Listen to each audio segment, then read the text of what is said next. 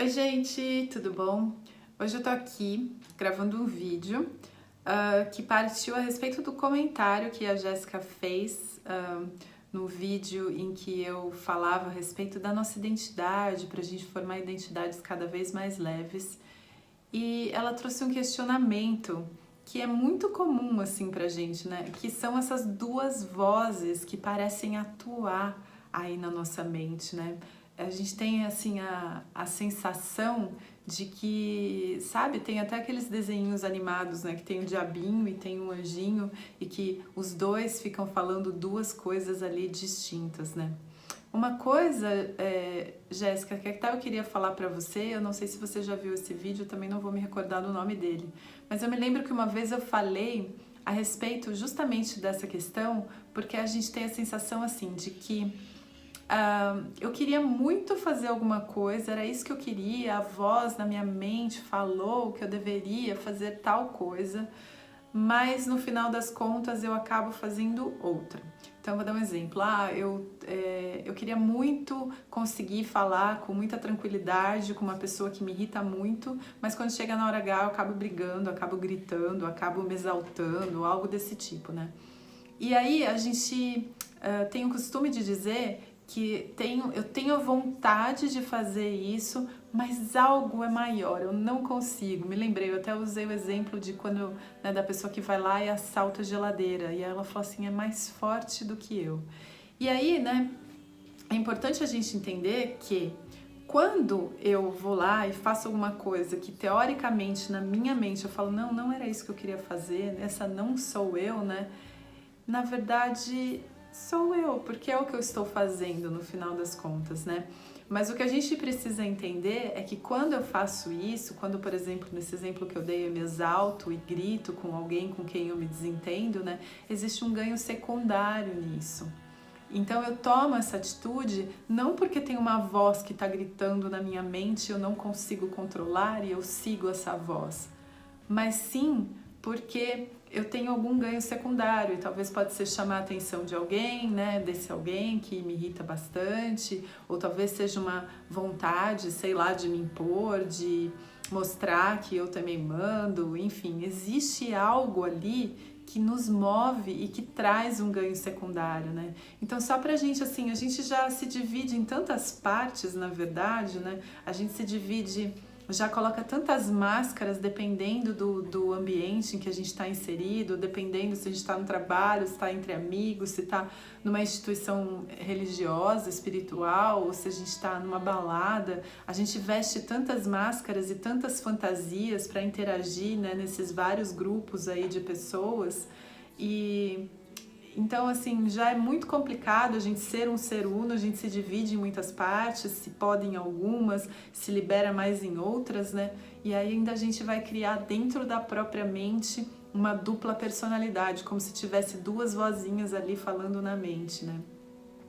E aí, assim, o que eu queria dizer a respeito disso, né? Primeiro, é que parece que são, como que posso dizer, duas entidades separadas ali falando na nossa mente, como esse exemplo que eu trouxe do diabinho e do anjinho, né? Mas no fundo são crenças, né? Então tem a crença de que eu sou separado, que eu sou diferente, que eu sou especial, que eu preciso fazer muitas coisas para me destacar, né? Até seguindo o vídeo lá falando da identidade, ou seja, que eu preciso fazer certas coisas para manter a minha identidade separada, né? E uma crença, né? Ou um saber, na verdade, aí já não é mais uma crença, mas um saber de que nós somos algo maior e que nunca pode ser mudado por nada e por ninguém, né? E aí, nesse sentido, assim, eu costumo dizer que a primeira voz que fala mais alto, gritando, é a voz do nosso ego, porque é a voz que a gente está mais acostumado. A nossa conexão neural busca logo ali o ego, busca logo ali essa crença de que nós somos separados, uma identidade especial e separada, né?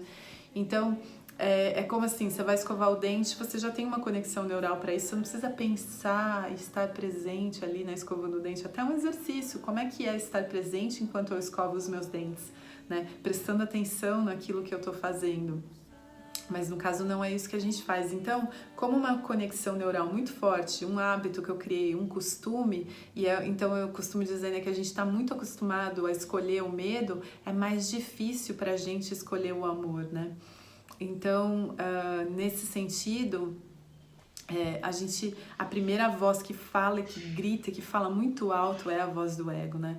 E se a gente dá aquela respirada, né? Eu falo assim, respira, fica quietinho um minutinho e ouve a segunda voz, porque a segunda voz fala baixinho, né? É uma voz que a gente nem dá ouvidos, assim, a gente talvez nem saiba que tenha, né?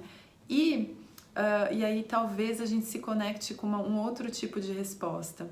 E uma outra coisa assim que eu queria dizer é que no momento que a gente está desesperado, está muito atribulado, né, ansioso, enfim, agitado, é melhor não tomar nenhum tipo de decisão assim dessa maneira. É melhor sentar um pouquinho, acalmar, né, sem as emoções tão afloradas, né.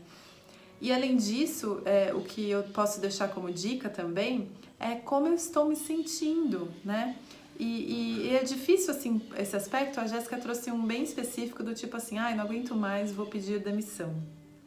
Então, assim, como eu me sinto quando eu penso que eu vou pedir demissão? E aí, quando eu pergunto isso, as pessoas geralmente não falam como se sentem, sim o que elas pensam.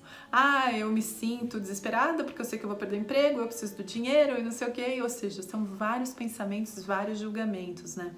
Mas o que eu queria trazer também, com relação a isso, como eu me sinto, às vezes eu quero pedir demissão porque tem duas coisas e é bem tênue assim a linha, né?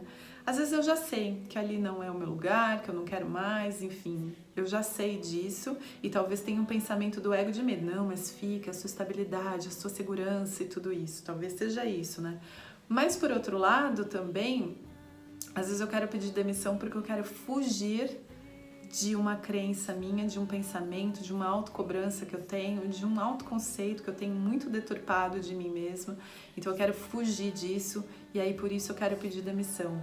E aí o que vai acontecer eu vou pedir demissão, eu vou começar um outro emprego, eu vou continuar vivendo aquele tormento que é um tormento da minha própria mente, né? Então eu acho que assim, qualquer situação de desconforto, antes de tomar qualquer decisão, é importante a gente entender aonde é que a gente está inventando historinhas, né? Onde que a gente está colocando a nossa novela na frente do que é real ali, né? Saber separar fato de pensamento. Eu não sei se eu te ajudei muito, Jéssica, mas eu agradeço, assim, eu adoro quando as pessoas colocam perguntas, que são coisas que estão acontecendo ali com elas. E até o próximo vídeo. Namastê!